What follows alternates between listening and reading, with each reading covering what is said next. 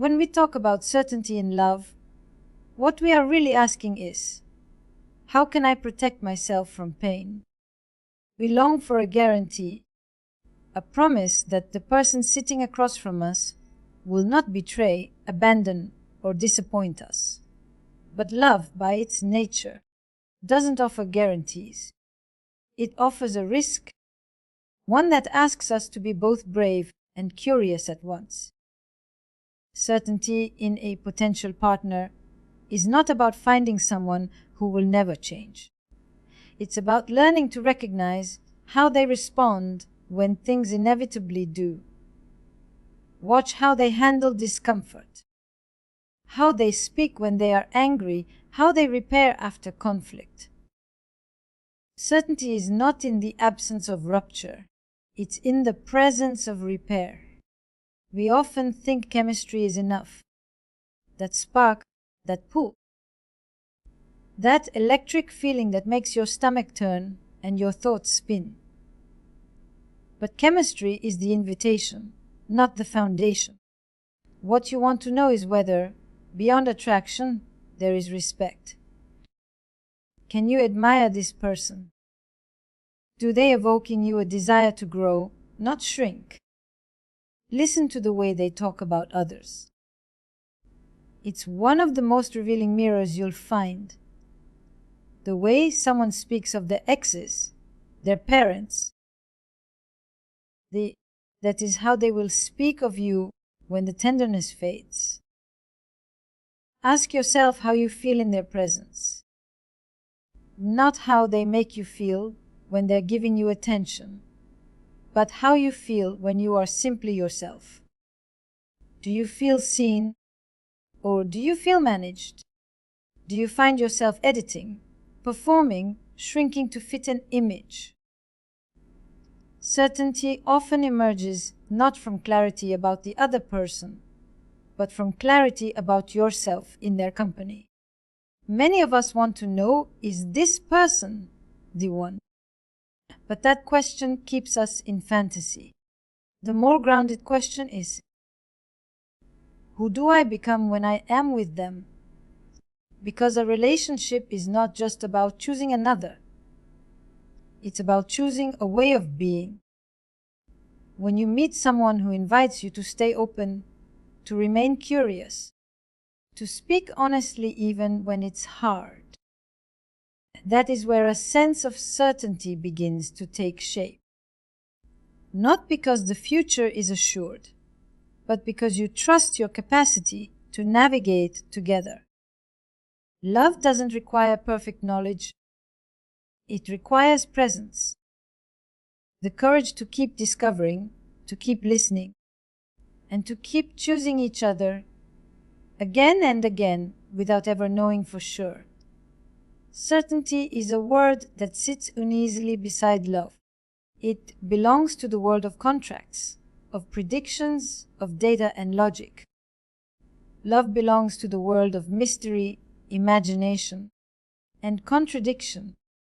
And yet, we keep trying to bring them together.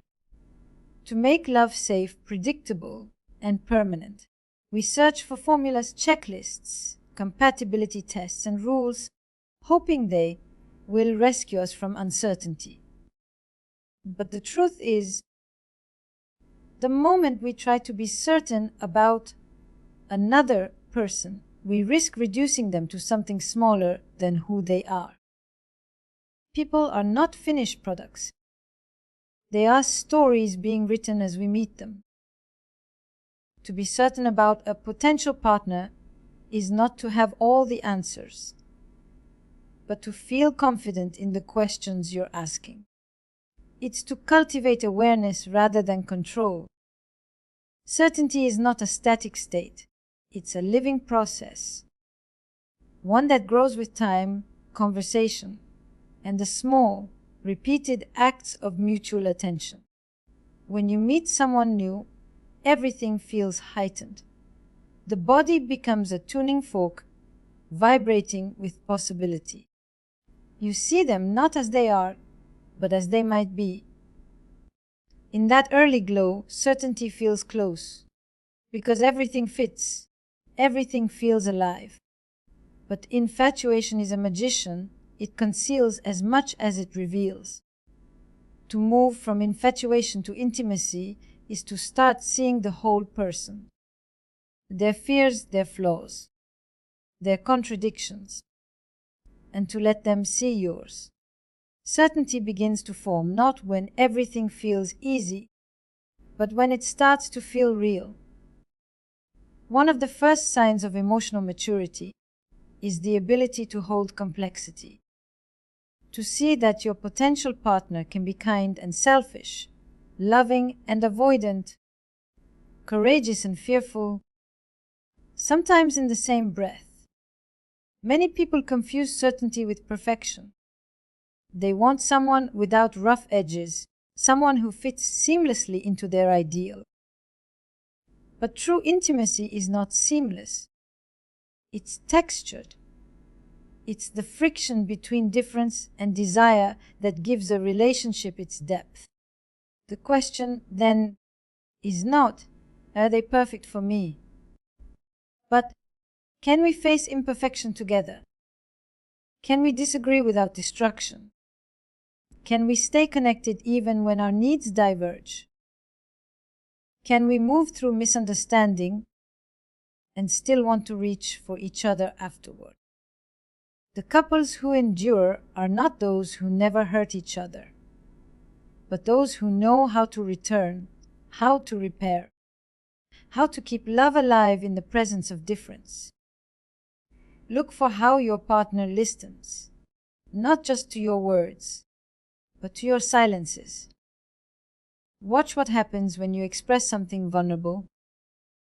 Do they turn toward you or away? Do they defend, dismiss, or lean in with curiosity? Emotional safety is not created by constant agreement, but by the confidence that your inner world matters to the other person. You can't predict the future, but you can observe the present. And the present will tell you everything you need to know.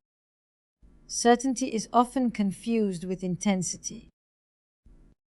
When someone pursues you with fervor, when they shower you with affection and attention, it's easy to mistake that for reliability. But intensity is a spark, not a hearth. It burns bright and fast, then fades. Stability, on the other hand, often looks quiet. It's not dramatic, it's consistent. A potential partner who is capable of building something lasting will not only know how to create excitement, but also how to sustain calm, to make you feel steady even when the world isn't. Ask yourself, how do they handle uncertainty in their own life? Someone who demands absolute control over plans, over feelings, over outcomes, will struggle to tolerate the unpredictability of love. Pay attention to how they respond when things don't go their way, when the restaurant is closed, when they're running late, when you disagree on something small. Those are the moments when character reveals itself. Certainty is not about avoiding storms. It's about recognizing who you'd want beside you in the rain. You learn a lot by watching how a person treats their own vulnerability. Do they protect it with humor, with arrogance, with withdrawal? Or can they share it with humility and courage? The capacity to be emotionally naked, to say, I'm scared, I'm sorry, so I need you. That's what intimacy requires. And that's where certainty begins to take root, in the shared willingness to be seen and to see. It's easy to fall in love with potential. You meet someone who carries the seeds of greatness. Kindness, intelligence, ambition, humor, and you imagine who they could become. But falling in love with potential is often a way to avoid reality. The question isn't, what could this person be if they changed? It's, can I love them as they are right now? Certainty isn't found in a dream of who someone might become. It's found in the truth of who they are willing to be today. We often underestimate the role of self-knowledge in choosing a partner. To know who fits you, you must first know who you are. Many people approach relationships as if they're shopping for a missing piece, something to complete them.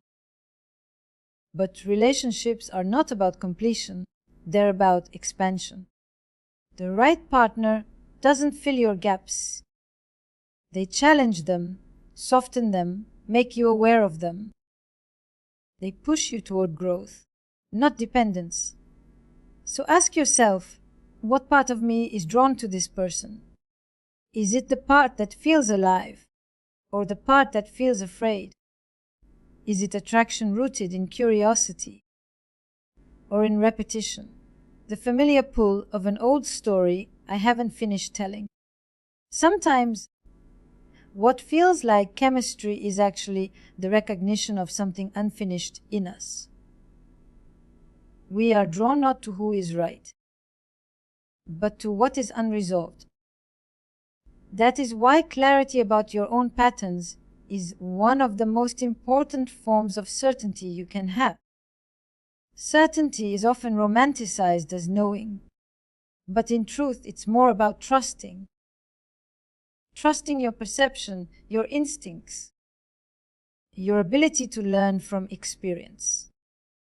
When you've lived through heartbreak and kept your heart open, you develop a deeper kind of wisdom, not the certainty that you'll never be hurt again, but the confidence that you'll survive if you are.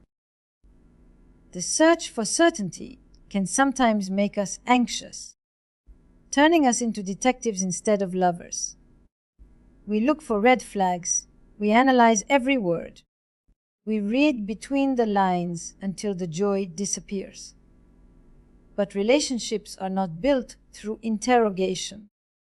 They are built through conversation.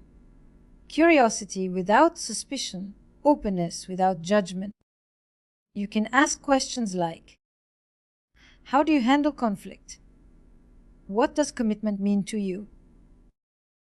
What scares you about love? These questions are not tests. They are invitations. The way someone responds will reveal their emotional landscape far more than any checklist ever could. Notice how they talk about boundaries. A partner who respects their own limits is more likely to respect yours. Someone who cannot say no will eventually resent you for the hiatus they gave too freely. And someone who cannot tolerate your no will make love conditional. Certainty, in this sense, grows out of mutual respect. The understanding that freedom is not the opposite of commitment, but its foundation. Observe their relationship with time. Do they rush the process, needing labels and assurances immediately? Or can they let the connection breathe, allowing affection to unfold naturally? The need for speed often masks insecurity. Someone who can linger in uncertainty, who can tolerate not knowing, is someone capable of deeper love. Because love requires patience, the patience to witness another person's unfolding without trying to control its direction. One of the most overlooked sources of certainty comes from shared values. Attraction and chemistry ignite the spark, but values keep the flame alive. How does this person relate to kindness, honesty, generosity, ambition, responsibility? Do their actions align with their words? Watch how they navigate ethical moments, how they handle money, how they treat strangers, how they take accountability. These small details form the architecture of trust. It's also important to examine the way you communicate. Can you disagree without feeling unsafe? Can you both stay connected in the presence of difference? Many relationships fall apart not because of incompatibility, but because of emotional illiteracy, the inability to navigate tension without blame or withdrawal.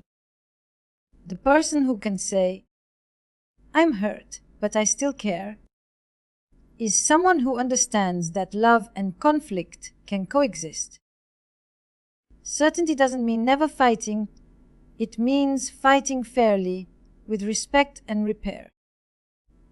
If you want to know whether someone is capable of being a reliable partner, observe how they relate to their own independence. A healthy relationship is not built by two halves merging into one, but by two wholes choosing to dance together. The person who can be alone without collapsing into loneliness is often the one best suited to partnership. They don't need you to complete them, they choose you to accompany them. And that choice, made freely, again and again, is what makes love both uncertain and beautiful. Certainty also has to do with rhythm, the way you move through life together. Relationships have seasons, closeness and distance, passion and quiet, connection and solitude.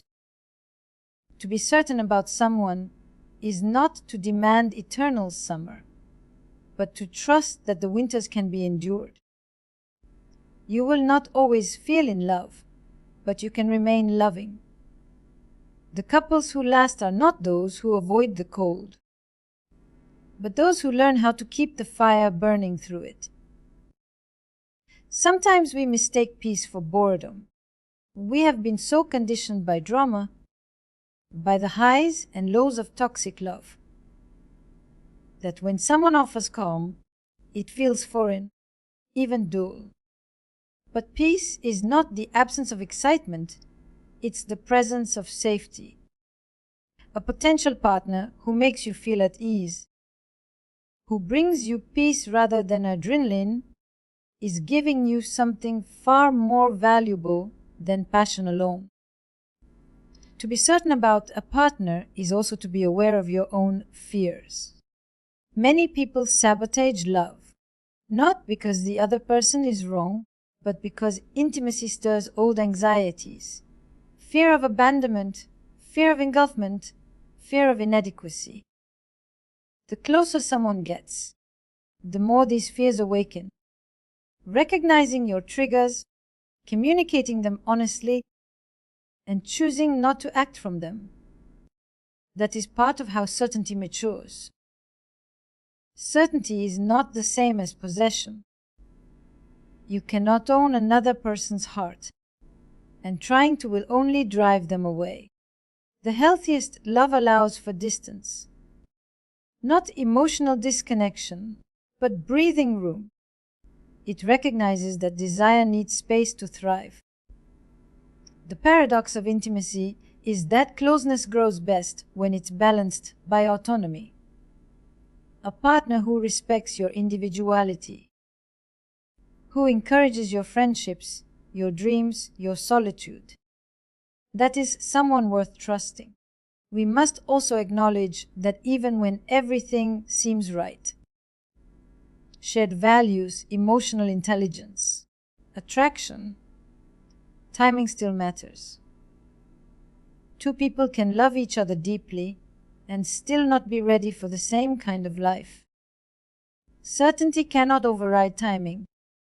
The ability to recognize when something beautiful is not sustainable and to let it go with grace is also a form of wisdom.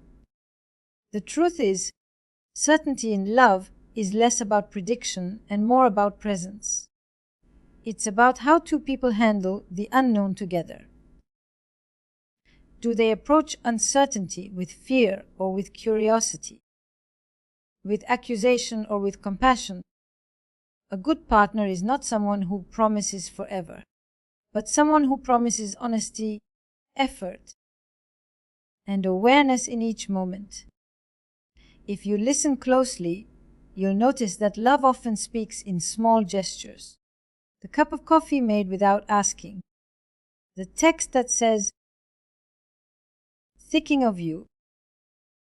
The hand reaching across the table after a difficult conversation. Certainty isn't something you declare. It's something you practice through kindness, consistency, and care.